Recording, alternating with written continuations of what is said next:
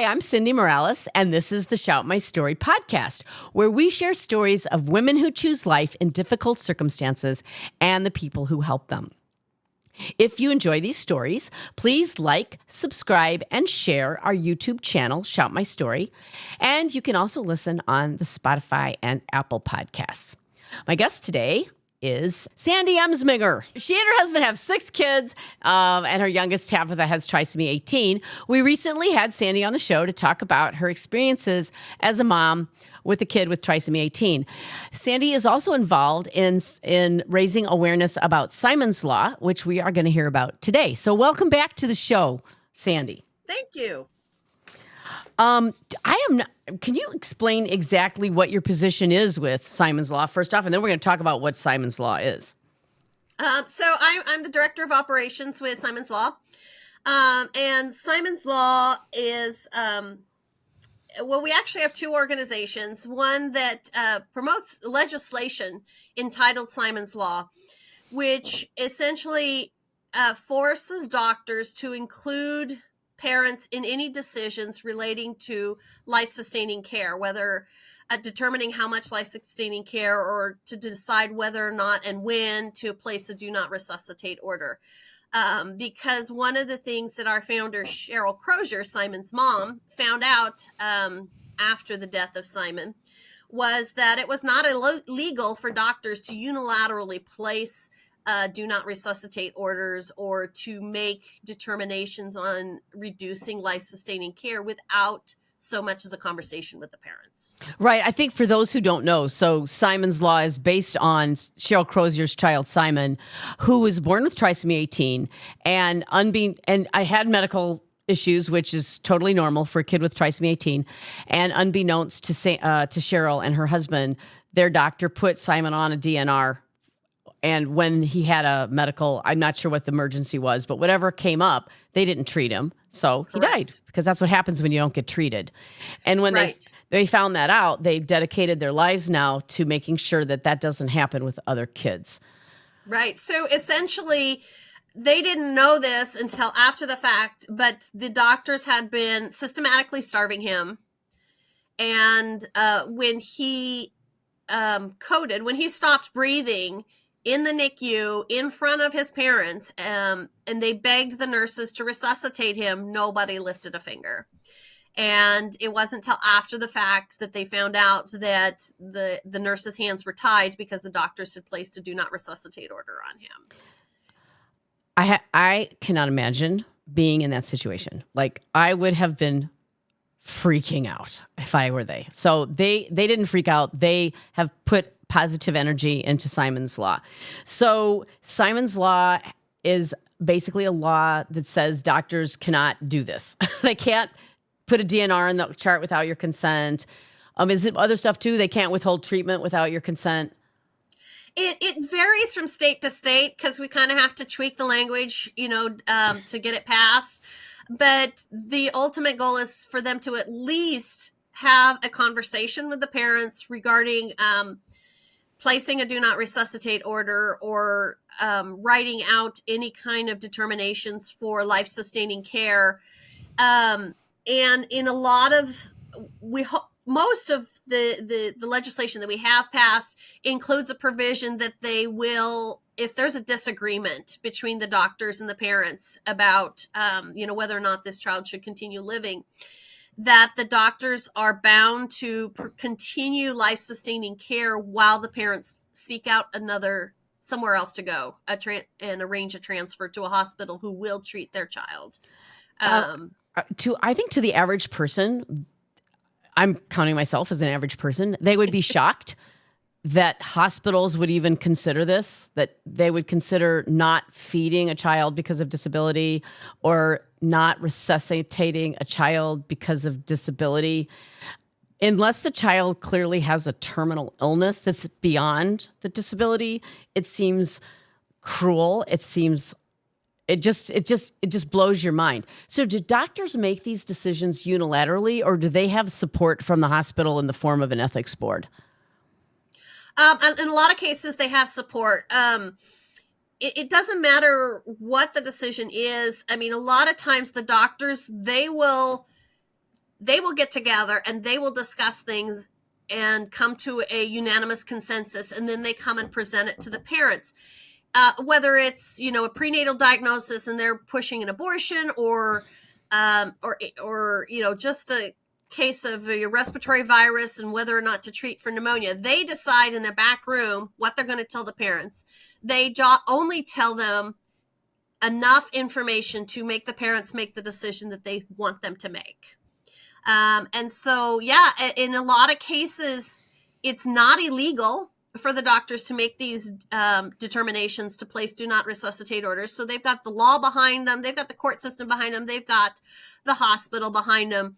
And from the hospital standpoint, it's a matter of, scarcity of resources. They don't want to expend resources on someone they do not believe will live. And if they do live, they're not going to contribute to society in a material, direct way.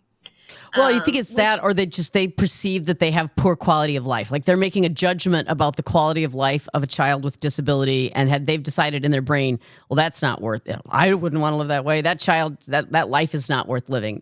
Not so much that they're going to not grow up and become, plumbers or whatever, but just that their quality of life is poor. So it's, again, like a false compassion to terminate their life or let them go peacefully into that jungle right night. I mean, there is this false identity that if you can't walk, talk, eat, and poop on your own, then your life's not worth living, and you're a burden on everybody around you. But that's not their call, and that's what Simon's Law is saying. And Simon's Law is saying, hey, that's the parents' call, not the doctors. Okay, so I would think you did not carry. This is what I'm hoping, because I want to get this passed in Illinois, as you know. I'm thinking, who would oppose Simon's Law? Because it's giving choice. Everyone loves the word choice. It's giving the parents choice to take care of their child. So, you worked on getting it passed in Idaho, correct? Correct. Okay. What politicians got on board and what politicians opposed it, and why? Well, it's the same ones that oppose, abortion bans. It's the same thing. Really, a lot of the pushback came from the hospital administrators, from the hospital, and so it's the legislators that listened to them were the ones you got the pushback from.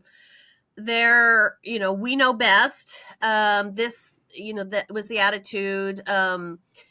We know better than the parents, and the attitude of, this is offensive. This legislation, sets parents up to not trust the hospital. People need to be more trusting. In post-COVID, that must be a harder sell, I would think. Exactly.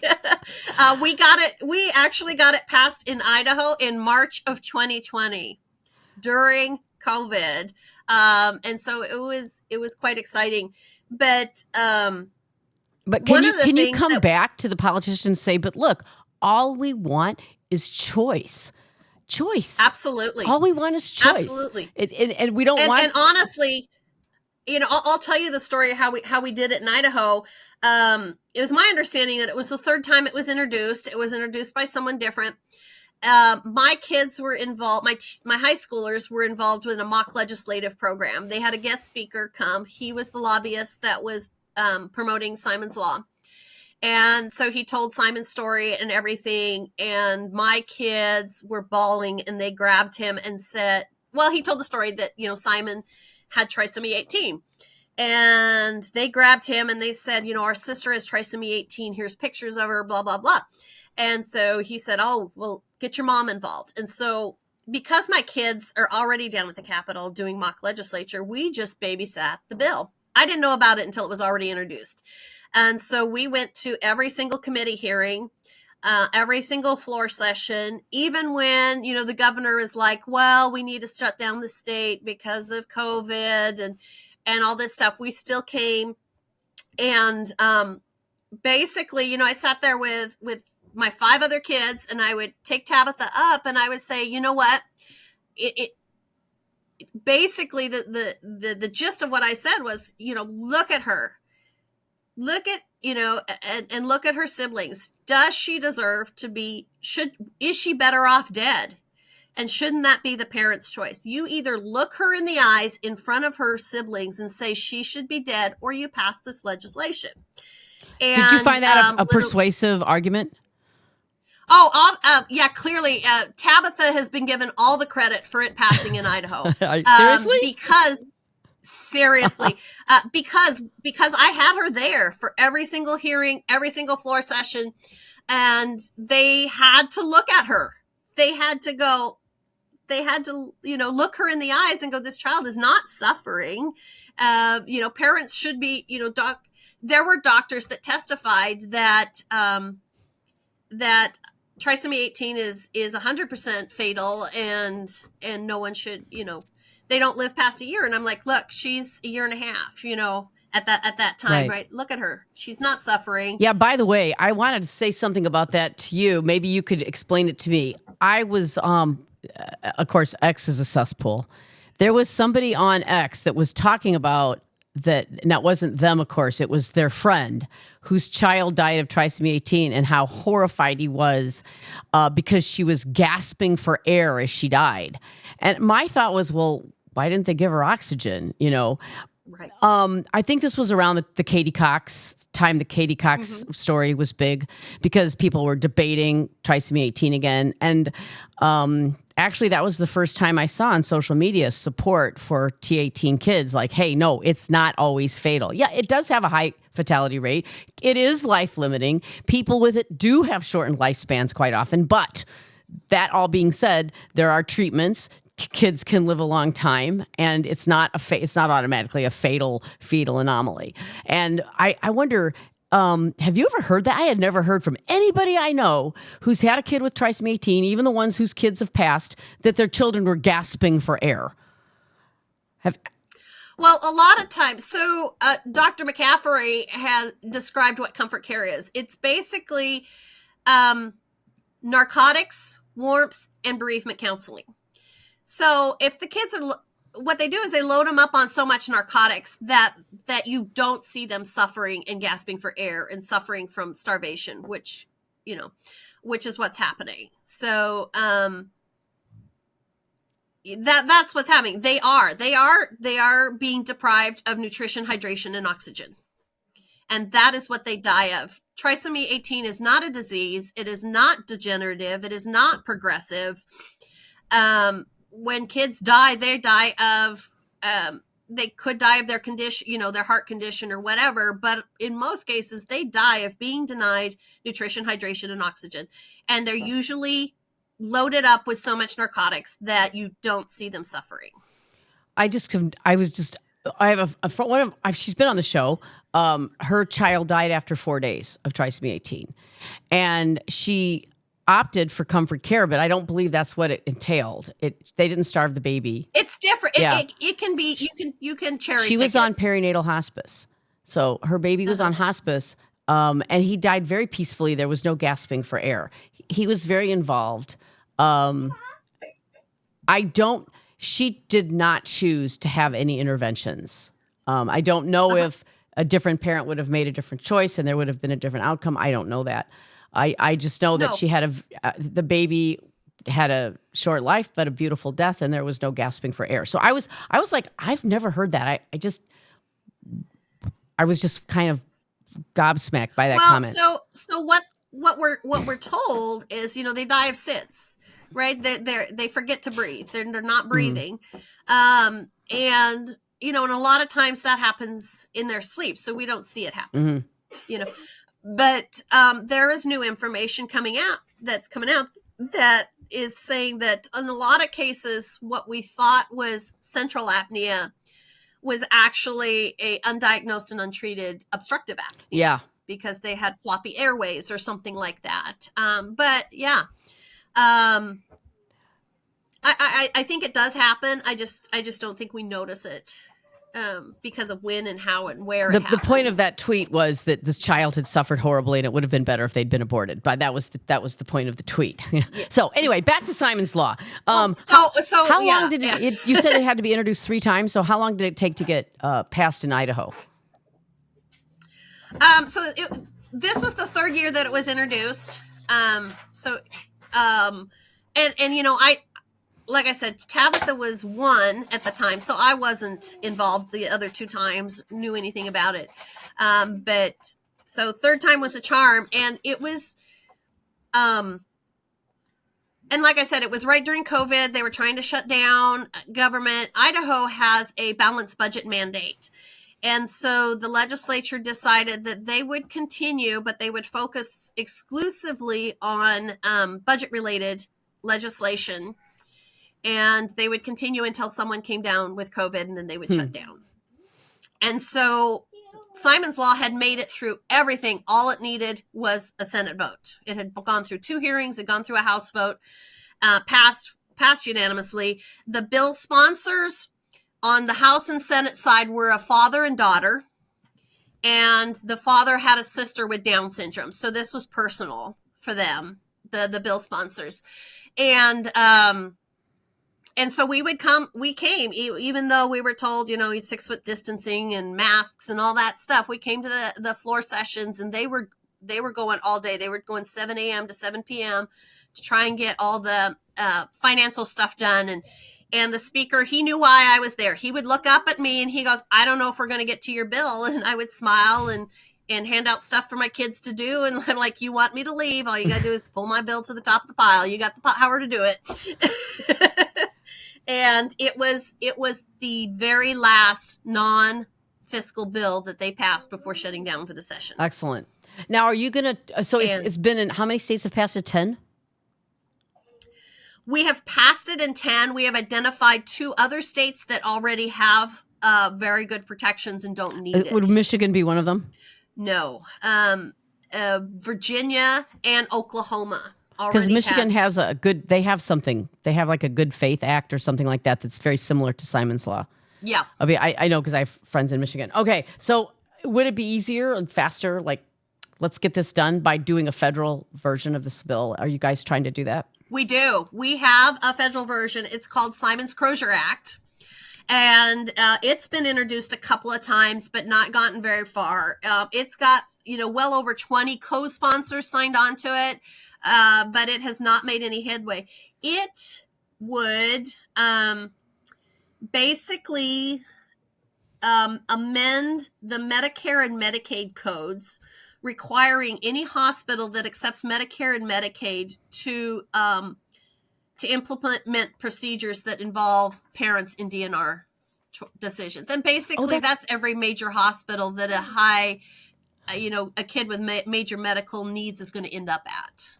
That sounds like a very good way to do it. Do you have any hope that this might have a better chance now that we have a Republican president? Absolutely. Sheryl and I were honored to attend a pro-family legislative convention last month that was put on by an organization called Wall Builders. And the Wall Builders, they are very heavily researched into founding documents and our founding fathers, and they really charged up the legislators that were there and pointed out that how rare it is to have a Republican president and a Republican-controlled House and a Republican-controlled Senate, and how important it is to capitalize on that right now and get things passed. And so I'm hopeful that the Simon's Crosier Act has an opportunity to get pushed through. We need a new sponsor because the previous sponsor did not get reelected to Congress, and so we're looking for a sponsor to carry it. But yeah, we would love to really hit it hard this next year and get it passed. If someone wants to find out more about Simon's Law, where would they go? Our website is www.simonslaw.org. Again, that's simonslaw.org is our website. If anybody wants to, talk to their legislator about Simon's Law and they get them interested, they can reach out to Sheryl. Our contact information is on the website, and she can get them sample legislation and talk to them. Mm-hmm. So, All right. anyhow. Great. And so that's how they would, if they wanted to get it started in their state, that's how they would do it. Absolutely. Yeah. Do you have anything else to share? Yeah. I want people to know, I mean, it is shocking, and it's hard for the average person to believe. I don't know that I would have believed what goes on in the hospital goes on if I hadn't walked it with my daughter. But yeah, doctors have definitely got this idea that they know better than parents. And this is really something that should concern all parents, not just parents who have a child born with an abnormality or a disability. This can apply. I mean, doctors can decide that a child is not worth saving or who's going to have a poor quality life if they've been in a serious car accident or a bicycle accident or a trampoline, where anything where they've sustained a brain injury or anything. Parents need to know that in the midst of this crisis, that the doctor's not going to be making unilateral decisions that they're not ready to have made, and that they should be, like you said earlier, it's about choice. The parents should be the ones making the final decision about how much care the child should get, what the child's quality of life is going to be, and how much responsibility the parents want to take on. It should be the parents' call, not the doctor's. And everybody should be rallying around this. Anybody with children and grandchildren should be concerned about this. This is, not a partisan issue. This is a parental rights issue. And but on the other side, we had talked earlier a little bit about abortion. When the doctors have this mentality that if a child has XYZ prenatal diagnosis, that it's more humane to abort them, then that attitude carries on past birth, because you've got this mentality of, oh, this is a deletable condition, and then it makes it that much harder. If it's okay to abort based on the diagnosis, then it makes it that much harder for those individuals to get care post-birth, because they still have that mentality of, oh, this is a disposable person because of their disability or because of their diagnosis. Yeah, it goes beyond that too, actually. It goes beyond how we care for disabled people as they grow up. What kind of resources are we willing to put forth so they can have good quality of life throughout their life? People who have severe disabilities are going to need support beyond their families. And some states do a much better job than others in offering that support. The state I live in is not good for that sort of thing. And I think, that there's a lot of solutions to that. I mean, and I think maybe making it easier for private corporations to step up and meet those needs, instead of constantly demanding, it to be taxpayer funded. If it was easier, there were less less hoops to jump through, more wealthy individuals could be giving to organizations, private organizations, to help. I've sat in on some of these committee hearings where literally the disability rights groups are saying, oh yes, these children are better off aborted because we can't get the government to fund the resources they are going to need if they're born.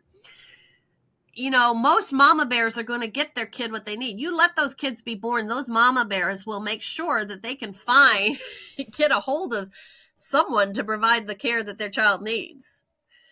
But if you're killing them off, then there's no reason to provide the care. That's true. Yeah, I think that's true. Okay, well, I think that's about the end. I thank you so much for being on the show again and talking about Simon's Law. I hope we can get it passed in Illinois. I'm not terribly hopeful because we're one of the most pro-abortion states in the country, and that pro-abortion mentality bleeds over, as you say, to the born as well as the unborn. So for my viewers, if you have a story to share, please contact me at info@shoutmystory.org. That's info@shoutmystory.org. Thanks for listening. Choose love, choose life.